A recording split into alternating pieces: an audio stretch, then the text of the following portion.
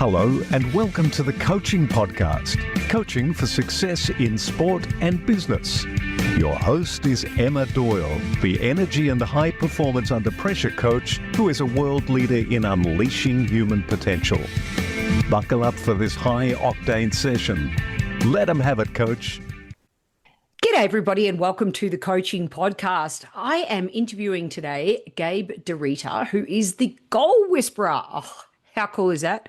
I mean, even though it's marketing, it's just super cool because there's something about setting goals. I'm such a goal girl, and I'm also interested in the whisper piece, you know, how to bring out the best in others. You're a leadership and communication skills trainer who helps people find purpose in work and build stronger relationships with themselves and others.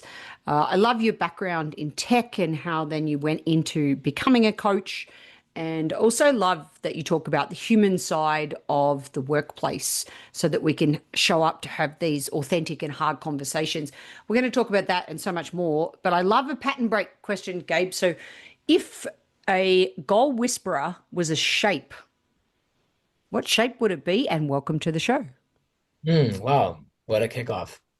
I think a goal whisperer would be kind of like a dish or like a bowl. It would be something that you could like pour into and it would kind of reflect back, and it would have a like kind of like that satellite dish shape to it, something like that, something that's receptive and allows for like processing to happen, and then maybe has a place where you could pour out of it into another container when you need to.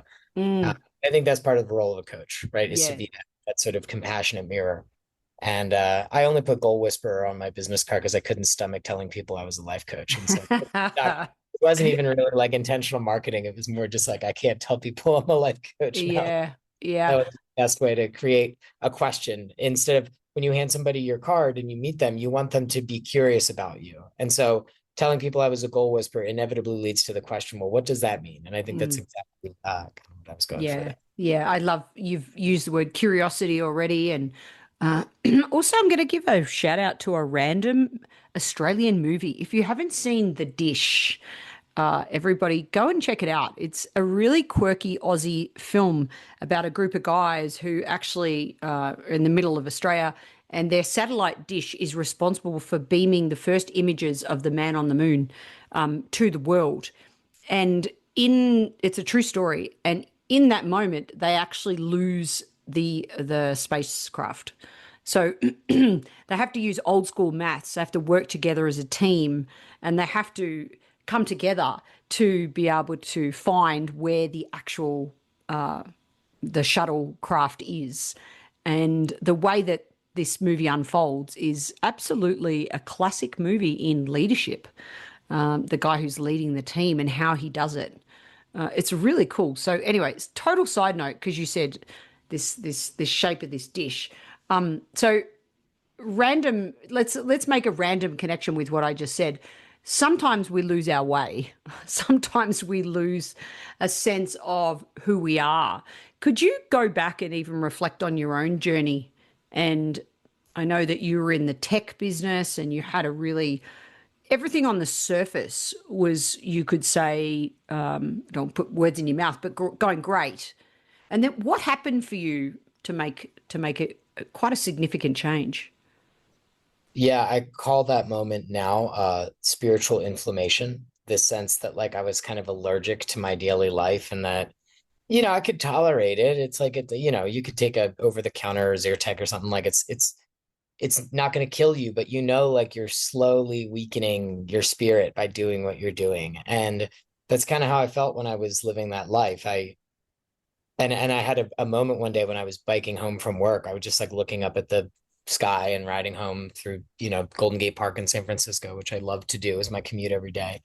And I was like, if I don't change this now, like a door is going to close forever that I'll never be able to walk through. And it was just this like deep knowing that like an opportunity was passing me to live my life in a much more impactful way, in a much more aligned way. And I didn't know what that way was. It is what I'm doing now, but at the time I had no idea what it was.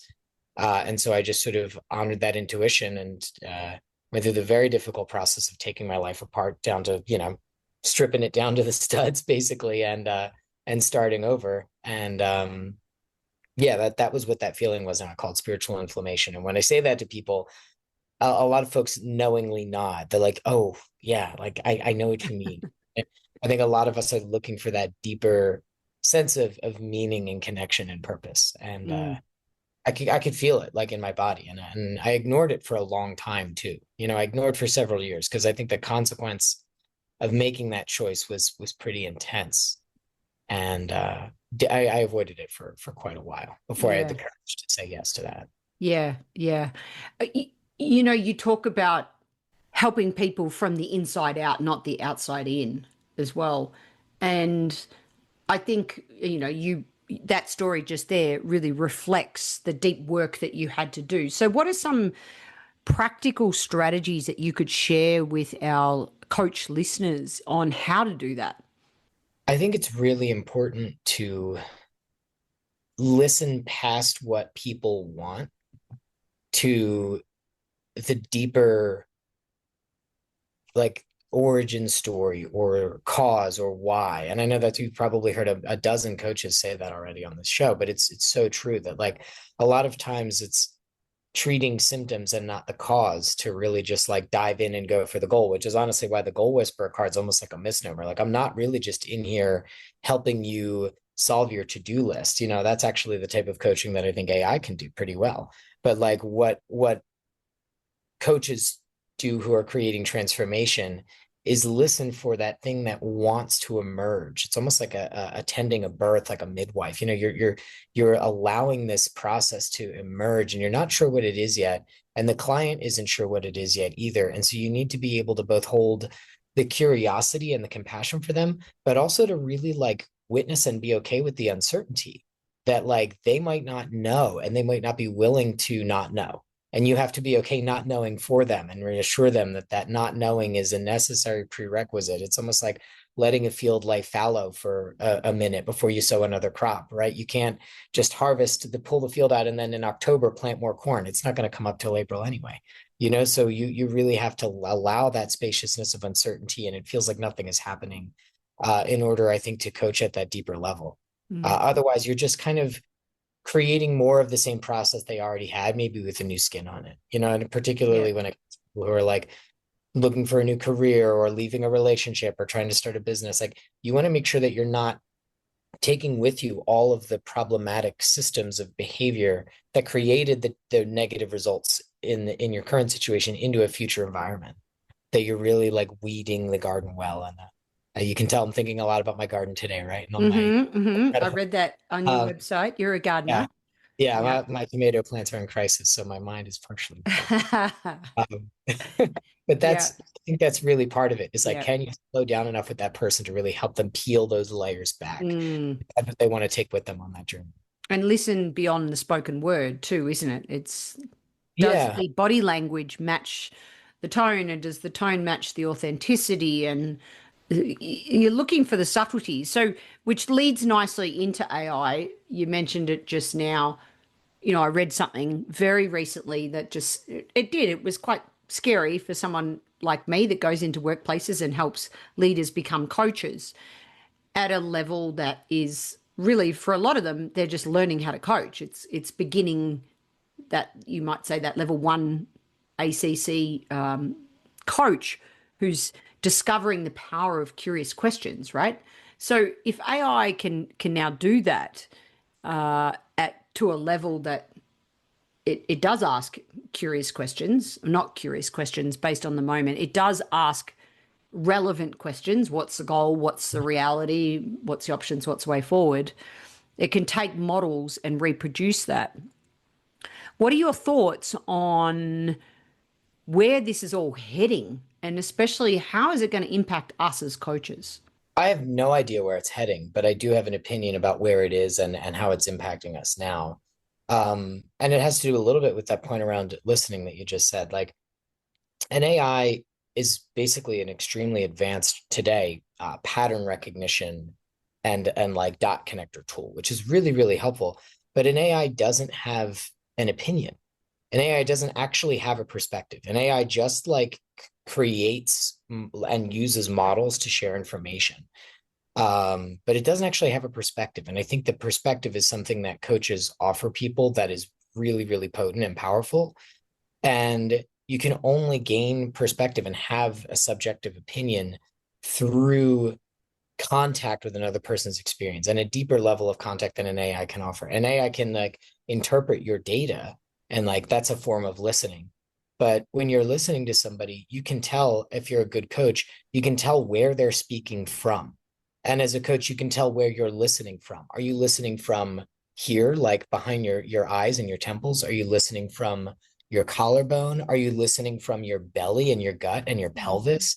And when someone's speaking, are they speaking from the top of their head and they're all fiery and fast? Are they speaking from their throat and you can feel the emotion and the tension and the constriction in their voice? Are they speaking from their solar plexus and their belly, where like their words give you goosebumps because you can feel their soul and their passion in what they have to say? And that's the type of perspective and the type of coaching that I don't think AI has any chance of touching the value that process brings to someone's life. And I think it's something that people need to understand, that there's a difference between that and like goal management and task management oriented coaching, which I think is really valuable. But those tools can help you organize your thoughts. They can help you organize your calendar. But if you need somebody or want somebody in your life who's going to help you tap into that deeper level of speaking and listening and self-knowing, I don't think an AI can do that. And I don't think AI is going to be able to do that in the near term, because that's a very human thing. And I don't think an AI actually has an opinion either. And I'm from Philly, so being opinionated is kind of part of the brand, right? Like having a strong idea about what to say. Because like if you like, so let's say you gave an AI like, here, what do you think of this thing? It would never come back to you and say, no, it's fine. I think you got it. It would suggest a bunch of unnecessary changes to you because it wants to. It's like the little puppy, like, hey, look, I brought the bone. It's like it wants to do all this extra work that you don't actually need done sometimes. And I think a good coach can actually get on the call and be like, you're fine, go get it, right? And like that's not a perspective an AI is going to take, because I think if you're a really attuned coach, you can feel when somebody's ready for something that they might not know they're ready for. And that's something that I think is a gift only another human being can offer us. Yeah, yeah. And I adore that answer. It gives me hope for the work, the incredible work that we're doing. I'm not too worried. Yeah. And the other thing that I would like to add on is the whole thing about loneliness and belonging and the human element of bringing people together. It's still the fourth human need is belonging, right?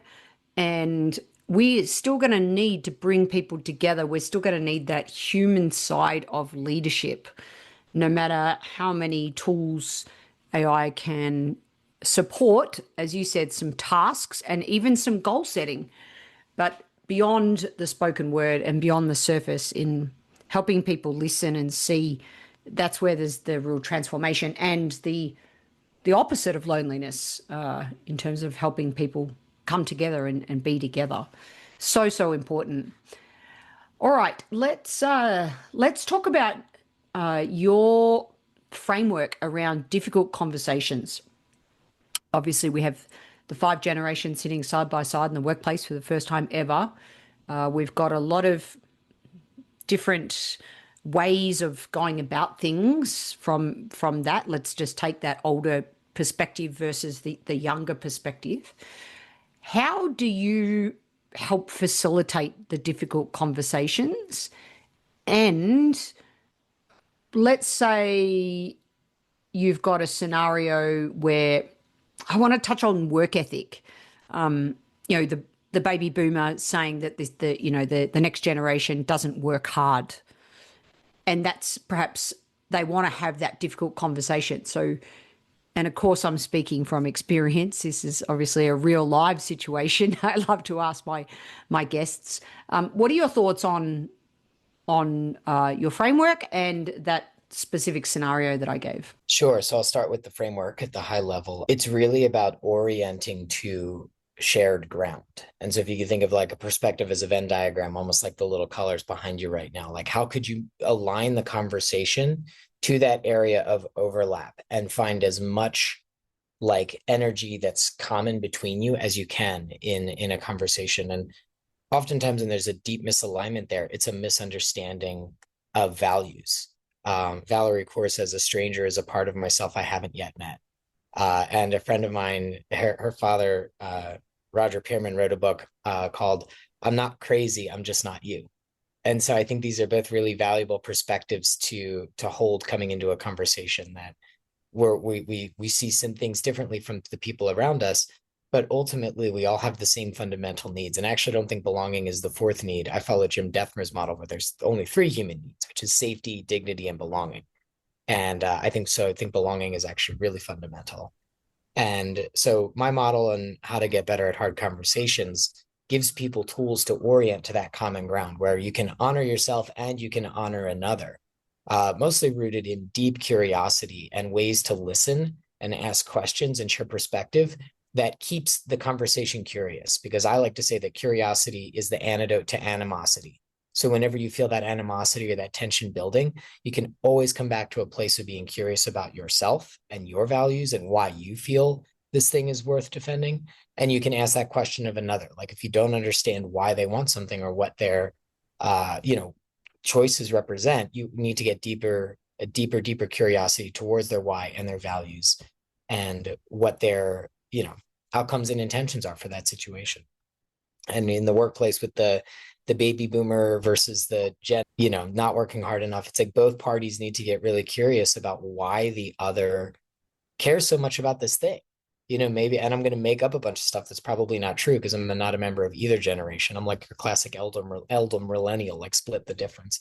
Maybe it's like they don't see a future laid out for them that they really feel excited about. And so they're like, why am I going to grind away for this thing that isn't promised to me? And then the baby boomers are kind of like, well, I was grinding really hard to make this future, so why don't you want it? You know what I mean? So like if you had the conversation like that, it might feel a little bit different rather than like blaming each other for how you're different from one another. And instead try to come into contact with how that person feels about the world that they're in and how that perspective might be different from yours. And where do you still have alignment? Where do you still care about the same thing? Maybe baby boomers and Gen both really care about individual sovereignty or growth or something, for example, but like Gens, that means like I get to set my own hours, and baby boomers means that like I get to build my career, my personal brand into this really compelling and impactful thing.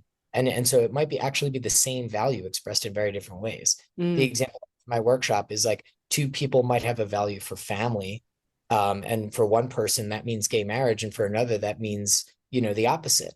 And so that could be, they both value family, but they are very different spaces in the conversation. But if you see the value is in common, it allows you to humanize that person more, even if you don't agree with them. Because that's actually the thing about tough conversations is oftentimes, if you're being really authentic in how you relate to somebody, it doesn't mean you're going to agree. It doesn't mean you're going to find that common ground. But it does mean that you're going to find the places where you differ and be able to articulate that really well and understand the consequences of those differences, which sometimes means authentically not relating. You can't guarantee that every relationship is going to be copacetic, but you can create clarity. Find common ground, so important. There's almost always somewhere when you unpack the layers, there is that commonality, isn't there? I love that. That's so important. And then they lead with curiosity being the antidote for animosity. So good. So good, mate. Let's talk about leading through this land of grey. You talk about the nuance and the black and white thinking, and in reality, life is not like that. There's this great image of the way we coach, and it's three paint buckets. It's, rally, attack, defend. And the coach is coaching those modes. And then on the next image, it's how kids play, and it's a splatter of colors across a canvas. Where I was sort of coming from is that the world often demands such black and white decisions in the workplace.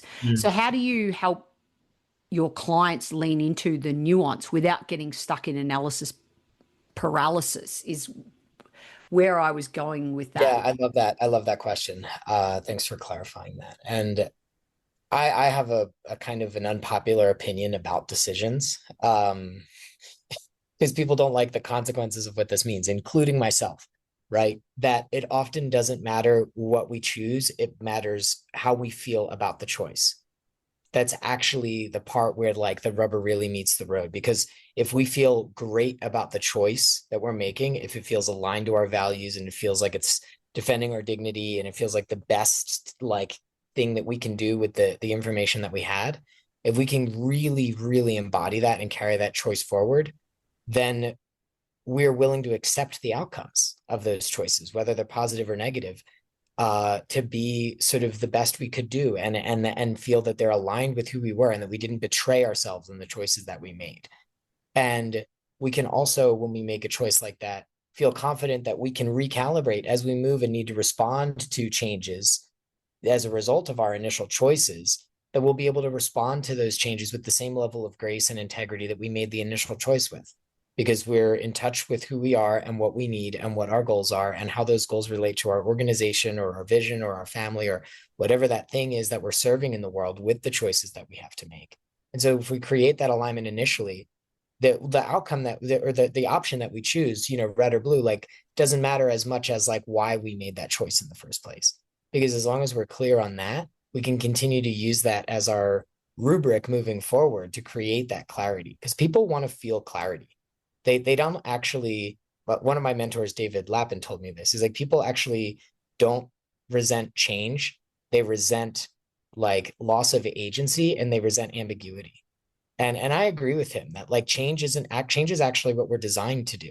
Like we're super adaptable, but we resent that loss of sovereignty in that choice, and we resent that loss of agency. And so if we can maintain that in the choice that we make, that we made that choice for a reason we can defend, I think the choice itself matters a lot less because we feel good about it and we can step into that ambiguity, and make those sacrifices in a way that feels aligned. So much of my coaching, whether I've been on a tennis court or in a boardroom, is about empowering decision making in others. Just the sovereignty alone for them to make the decision helps build their character. It helps build accountability. Even if the decision fails or they experience something not great from the decision, they'll never make it again. No. Right. So this is the importance of empowering decision making. And in our kids, I'm passionate about making sure that we do that within our kids as well. So thank you for sharing that. It's a really important topic that leads to this whole aspect of character.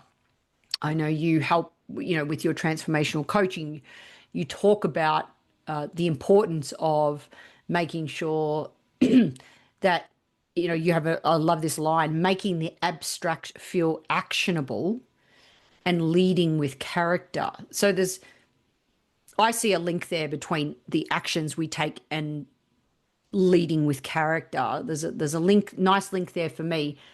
But I'm just wondering, what's your take on how do you help leaders lead with character? What's some of the key things there? How you support the people that you work with?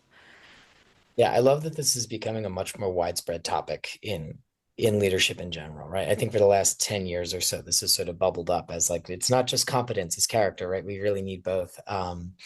And there's also a lot of really kind of fluffy buzzwords that I think get crystallized around this topic, which include words like integrity and authenticity. And I joke in my workshop that that's like reading all natural ingredients on a can. Like it doesn't actually tell you anything about what's going on in there. It sounds vaguely good, but we don't actually know what it means. And I think integrity and authenticity can be felt in somebody when their thoughts and their actions and their words align. And I think that's also somebody who demonstrates strong qualities of character when they really have sort of a coherence to them, and that they're not out of alignment with like who they are internally and who they are externally. Those two things kind of match up. And in order to do that well and to live that well, you need to build that foundation of inner self-knowing. And I have to really convince my clients to slow down and do that work at a much deeper level than they think they have to. Because a lot of people want to get into gear. They want to get to the next level. They want to push it into, fifth and slam a skinny pedal down and let's go. And a lot of times developing character requires being really slow and intentional with understanding why we want what we want, what's driven us to be the way we are. Are those things truly genuine and authentic to us, or have they been imported from our culture or our family's expectations for us, or the role we play in society? And how true are those things for us? And that was kind of the question that bumped me out of my past life, is like, this was all the things I was taught to want were like, success and the off-street parking in the condo and the blah, blah, blah, life in California. It's great. But like, they ultimately weren't really deeply true for who I was. And I could pursue them with some level of satisfaction. But at a certain point, the juice wasn't worth the squeeze, because it wasn't what my soul needed, what I really wanted, what was aligned with my values and my integrity. And I think that's the foundation of character that people need to do, is they need to be able to ask themselves those questions. Like, is this what I really want? And do I just want that promotion because I was always told to get more status? Or, is this just the next thing? And then, okay, well, where does that ladder disappears into the fog and the clouds? Do you know it's at the top? And I've actually coached people who are like in their mid 50s and realize they've been climbing the wrong mountain for 30 years. And take their career apart because they're like, this just was never for me. I don't want to run this department. I want to go teach yoga or something. And like, it's not always that dramatic, but I think it's really important that foundational work be done, because there's sort of two components, right? There's the ship and the fuel. There are these two forms of like, I design for long-term growth and motivation. It's like, and the fuel needs to be renewable, needs to be sustainable, needs to be clean. And that comes from deep connection with purpose and values and meaning, because otherwise you're just motivated by like avoidance of pain or seeking reward. And neither of those are sustainable. One leads to burnout, the other leads to a thing called hedonic adaptation, which we've all experienced. It's like you buy the new car, and then in a few months after the first scratch, it feels old, and it's same, and you need the next new thing to feel better again. But if you have a deep connection to values and to purpose, which is rooted in a sense of knowing who you are, which expresses itself as character, then you'll always feel this sustainable sense of motivation to serve and do what you're doing, because it's connected to a deep inner part of you. And it's another concept I use to illustrate this is the concept of infinite versus finite games. And a finite game is a game like chess. It's played with a specific objective. You play to win. A finite game is a game like improv or dance, where the object is to keep the process moving and evolving as it goes. And so how do you see your life? Do you see it as a game of chess, or do you see it as a dance? And I think that you can only live it as a dance once you have a sense of like that deep inner well of meaning that comes from building character. Rather than moving from one goal to the next, tick the box. People that even, I'm going to run this marathon, or now I'm going to get this promotion, and then it's like tick, tick, tick, and then there's that fulfillment missing, isn't there? That deeper purpose. So good. Our guiding question next: in 1 to a maximum of 3 words, what do you think makes a great coach? I think for me, it's attunement, compassion, and honesty. Yeah, attunement, compassion, and honesty. And attunement is deep presence, listening from that deep place I was describing earlier, and reflecting from that deeper place, not just from your head, but from your heart and your gut, being like fully present to what's alive in that other person's world. Doing your own work to clear your stuff out of the way so that you can be fully connected to the person you're serving in the moment. Compassion is sort of that like holding the door open for them, being able to see the thing that they might not see yet, or being willing to like tolerate the ambiguity and normalize some of the challenges of transformation for them, and recognizing the humanness of their experience, holding non-judgmental compassion, for what they're going through, and seeing yourself in them, seeing the universal in them, seeing the ways we're all connected through this weird thing we're doing in these little monkey suits here, and holding that compassion for the humanness of growth. And then honesty is just sort of like the willingness to tell it like it is, and speaking truth to power, and being unattached to the outcome, and being willing to maybe piss somebody off, or not have every call end in a feel-good place, but really like be clear and be honest with what you're seeing, and be willing to hold them accountable to their own BS, in the way that I wish somebody would hold me more accountable to mine sometimes. Because that honesty is often a necessary role of a coach, because you have this unique paradoxical position in their life of being like super intimate and close to them, but completely objective and unattached to the outcomes and not involved in any other way. Like you're not actually going to be there when they do the work. You're not going to be in the boardroom. You're not going to be having the conversation. So like, could you just be really honest with them about the risks, about the ways that their thinking is sort of tying their laces together as they go to run the race, and point that out. It's like a good friend who tells you got big spinach stuck in your teeth after you eat dinner. It's like that person who's going to let you know, hey, you look like an idiot right now.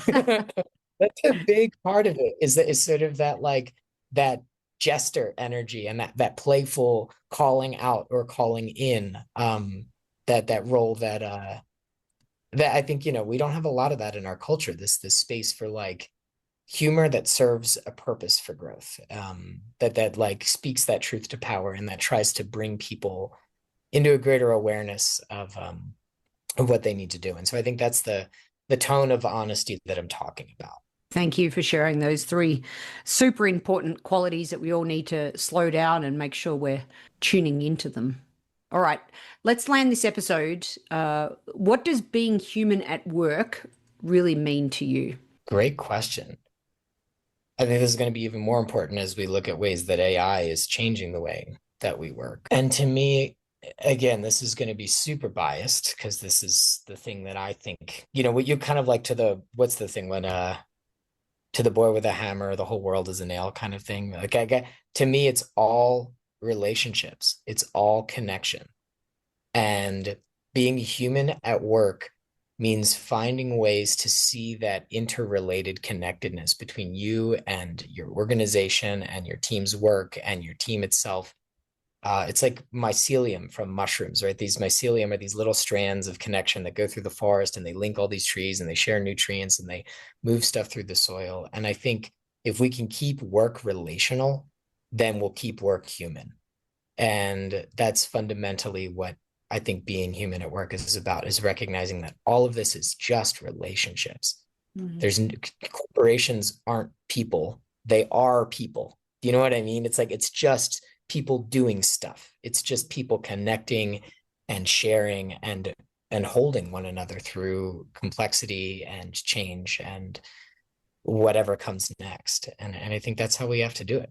If we can keep work relational, we can keep, and remembering that that's all any of us are ever doing in these roles is building, even if we're just building a widget or a code or some line of code that's going to ultimately serve the needs of a relationship. But that's what all of this is for.